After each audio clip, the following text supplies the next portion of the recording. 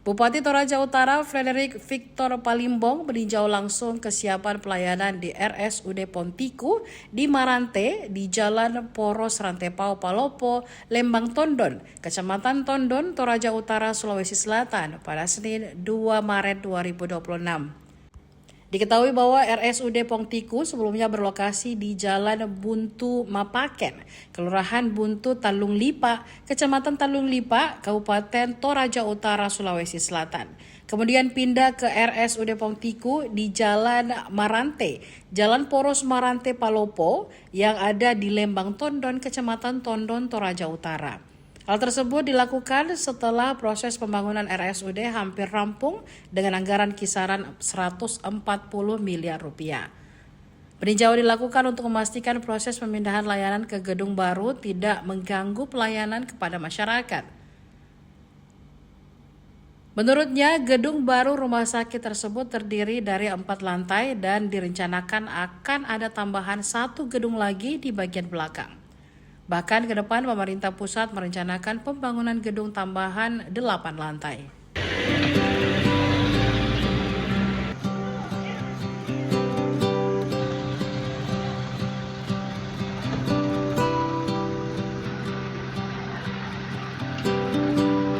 I hope we don't fail to see the beauty of being free.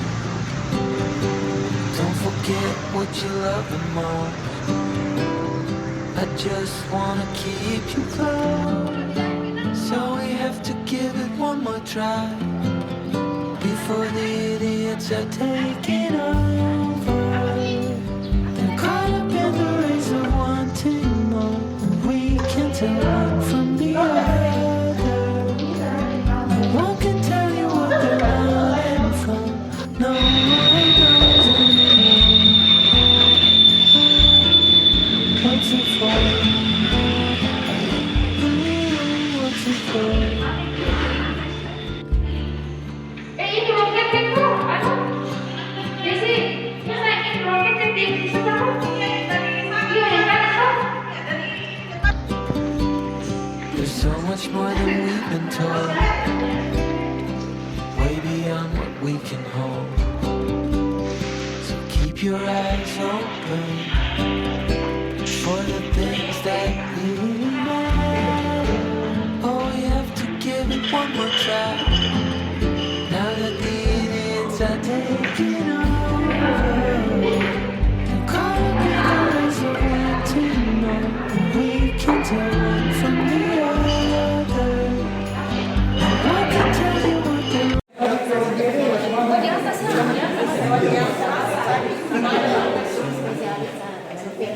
Kalau di atas sama, di atas sama.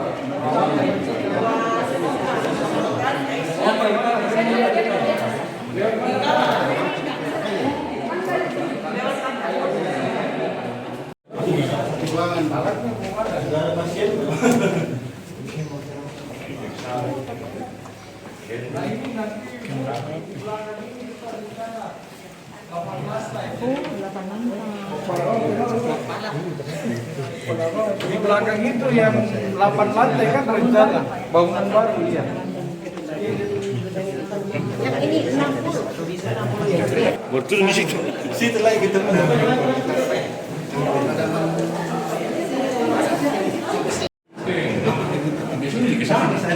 Kayak gitu ya. Masih berdasarkan jumlah bed saja. Kalau berdasarkan SDM, berdasarkan jumlah bed saja.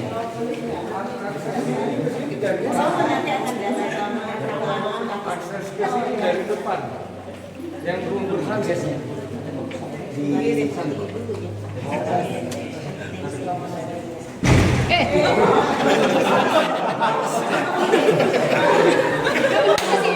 bantuan dulu. Sakit. Pasien pertama di UGD. Dari berapa yang kita rencana? Yang fasilitasnya 2 Pak. 2. Berarti masih ada available, maksudnya yang masih dibutuhkan 1 ya? Kan available 1 dari Kemenkes. Nanti yang 1 itu upaya pindahan, sendiri. pindahan dari rumah sakit yang Beritahu ada rencana 4. ya kan? Oh, mungkin berhubungan dengan yang ruang tindakan Ya, lab. lab. Berarti terus itu diminta oleh tim dokter Terawan untuk ini DSA. Oh, DSA. Berarti kayak MOT gitu kan, ruang tindakan ya. Itu berarti kita anggarkan sendiri Pak. Ya. Iya. Tapi yang bupati juga banyak kan? Yang di Sipat berapa banyak?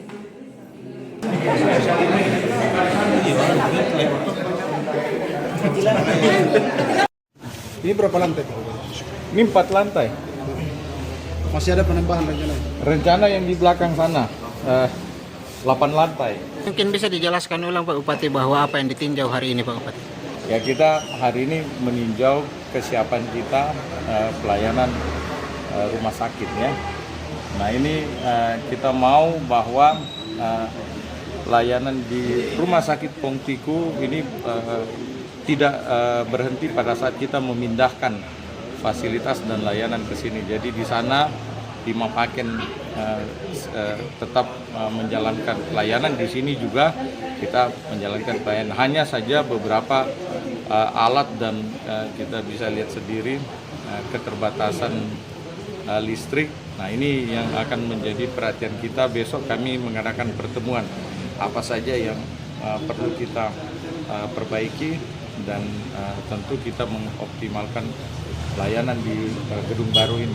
Bagaimana melihat SDM di rumah sakit ini Pak? Saya kira semua sudah siap, hanya beberapa yang kita butuhkan melalui kerjasama dengan Fakultas Kedokteran Unhas yang sedang kita bicarakan, kita persiapkan. Sekarang sudah tipe coba. Harusnya, karena memang bagian dari quick win Bapak Presiden Prabowo bahwa tipe D kita tingkatkan jadi tipe C, dan puji Tuhan rumah sakit ini salah satu dari 10 rumah sakit pertama dari program hasil terbaik cepat Bapak Presiden Prabowo. Fasilitas unggulannya nanti apa? Ya, saya kira semua lengkap ya, bahkan cat lab di sini. Terus rencananya ke depan juga kita ada layanan DSA ya, dari tim dokter Terawan. Terakhir Pak Bupati, melihat bagaimana tanggapannya terkait parkiran ini yang Ini yang tadi saya sampaikan, kita mesti atur ya, bagaimana nanti, karena ke depan ini akan banyak, dan saya kira ini lahan di depan juga kita persiapkan untuk tempat parkir. Saya kira.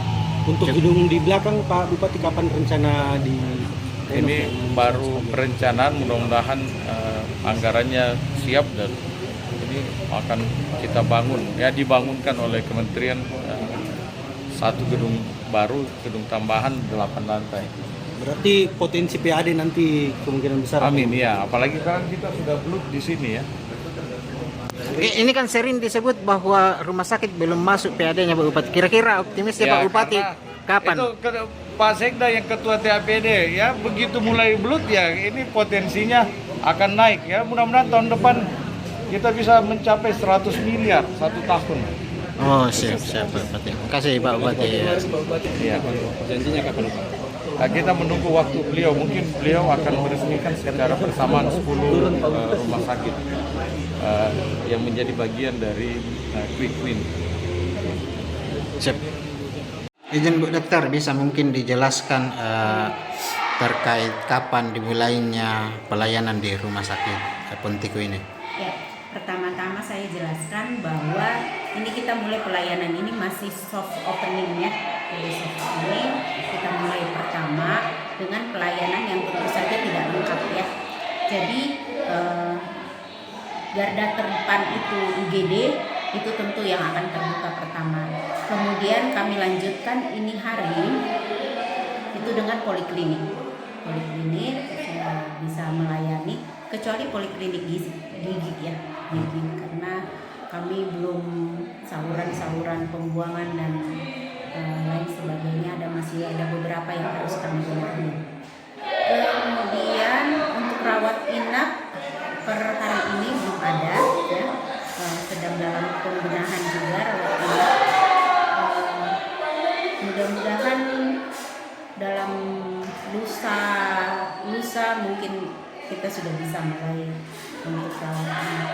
juga demikian dengan ruangan operasi ya. Mungkin 2 hari ke depan ini sudah siap untuk melakukan kegiatan itu. Laboratorium sudah siap dengan laboratorium sederhana karena kami tetap masih berbenah untuk melengkapi berbagai macam sarananya ya. Kemudian untuk obat-obatan untuk saat ini lengkap, sudah bisa melayani kebutuhan obat seperti yang rumah sakit sebelumnya, yang di atas ya, yang di Buntu Mapaken. Saya kira itu. Ya. Apa bedanya bangunan baru saat ini sama bangunan? Oh baik, ini bangunan baru ini adalah bantuan atau sampai saat ini sih masih milik Kemenkes ya. Jadi bangunan ini atau rumah sakit yang dibangun ini ditujukan untuk menjadi rumah sakit KJSU KIA. KJSU itu kanker jantung, saraf, dan uronefrologi beserta kesehatan ibu dan anak. Jadi kekhususan itu akan dilengkapi oleh Kemenkes di dalam gedung yang baru ini. Begitu. Sejauh ini bagaimana kapasitas sumber daya manusianya, utamanya tenaga dokter ini? Ya, untuk menjadi rumah sakit KJSU ini kami tetap dapat bimbingan dari rumah sakit pengampu yang dibawahi oleh Kemenkes untuk bisa mengoperasikan rumah sakit ini, baik dari segi keuangannya, dari segi manajemennya, dari sarana prasarananya. Jadi itu semua kami dapat bimbingan. Nah, untuk SDM ini salah satu dari bimbingannya itu adalah pemenuhan SDM.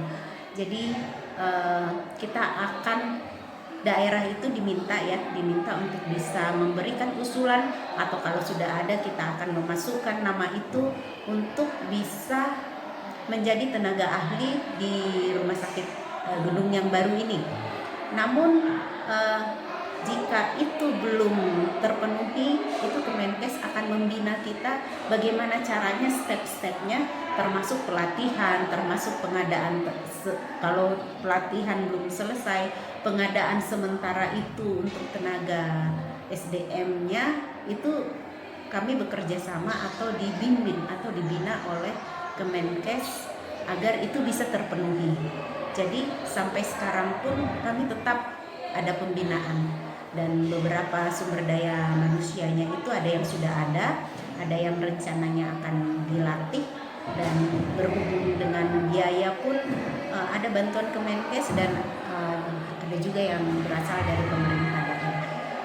Sejauh ini berapa tenaga dokter dan berapa tenaga yang lainnya di Rumah Sakit Pontiku ini? Untuk di Rumah Sakit Pontiku ini tenaga dokter spesialis kurang lebih sekitar 10 ya. Kalau staf itu sekitar 200-an ya. Staf itu terdiri dari perawat, manajemen ya, sarana penunjang lainnya misalnya apoteker, registrasi, teknisi, dan lain sebagainya. Kalau dari tenaga itu Bu, apa sudah memadai atau masih dibutuhkan tambahan? Kalau untuk saat ini, karena ini juga baru masa transisi, jadi termasuk transisi ini termasuk masalah keuangan ya. Jadi kami masih berpatokan, dan kami ini kan memang dibawahi oleh Dinas Kesehatan. Kami selalu merujuk ke Dinas Kesehatan masalah ketenagaan dan merujuk kepada regulasi-regulasi yang ada. Untuk ketenagaan saat ini kami akan mengatur ulang karena begini ya, rawat inap yang ada sekarang di sini itu di gedung baru, dan hanya di situ rawat inap yang ada itu kapasitasnya 60 bed. Jadi 60 bed ini dengan adanya poliklinik kami akan mengatur ulang dengan tenaga yang sudah ada dari rumah sakit dari Buntu Mapaken itu. Saat ini kami menganggap itu saat ini ya itu cukup. Adapun kemudian perencanaan ke depan itu kami tetap berkoordinasi dengan Dinas Kesehatan dan mungkin ke atasnya lagi atau sejajar dengan itu dengan BKD ya, dengan aturan-aturan regulasi yang harus kita penuhi. Oke. Jadi ini kan izin operasional kami sudah terbit dan pelayanan di Marante ini mulai kemarin. Kemarin itu persisnya kami buka jam 8 pagi ya. Karena hari Minggu jadi tanggal merah memang hanya UGD yang beroperasi. Yang terbuka untuk layanan umumnya. Jadi sekarang hari Senin kita mulai dengan rawat jalan. Jadi poli-poli sudah terbuka kecuali poliklinik gigi karena masih ada beberapa hal yang harus dibenahi. Jadi ceritanya baru 2 hari beroperasi di Marante ini, Bu? Iya, betul. Sudah ada pasien yang datang, Bu? Sampai saat ini tadi saya cek di UGD belum ada. Belum ada. Iya. Kalau di poli-poli lainnya sudah ada? Tadi saya belum tanya semua, tapi saya belum dengar kalau ada. Oh, siap. Ada tadi. Ada katanya ya. Ya. Terus bagaimana target selanjutnya, Bu? Target kami itu ya tentu saja sama seperti rumah sakit lain ya. Tetap kami ingin memberikan pelayanan yang terbaik, yang tentu lebih baik daripada rumah sakit umum Pontiku yang dulu di Mapaken. Kami mau pelayanan kami di sini lebih baik lagi sehingga ya menyenangkan. Dengan demikian ya banyak pasien yang dapat kami layani. Dan kami ingin bangunan baru dengan fasilitas yang ada itu betul-betul dirasakan manfaatnya oleh masyarakat Toraja Utara. Ya, sehingga dalam banyak hal pelayanan medis ini mereka tidak perlu jauh-jauh pergi keluar daerah, apalagi dalam hal-hal darurat yang mempunyai istilah medis golden period ya. Jadi waktu emas itu bisa kita pakai seefektif mungkin untuk memberikan pertolongan kepada masyarakat yang membutuhkan dengan adanya fasilitas kesehatan yang lebih dekat. Terakhir, Bu, ini kan ceritanya baru dibuka 2 hari, Bu. Ya. Terus kapan pelayanan aktif full yang full di sini, Bu? Target kami dalam 2 minggu ini sudah bisa full. Bisa full, Bu. Jadi kami terus berbenah dan tanpa menutup pelayanan sama sekali. Jadi kami mau berbenah tetapi tetap kami memberikan pelayanan. Siap. Makasih banyak, Bu. Download Tribun X sekarang. Menghadirkan lokal menjadi Indonesia.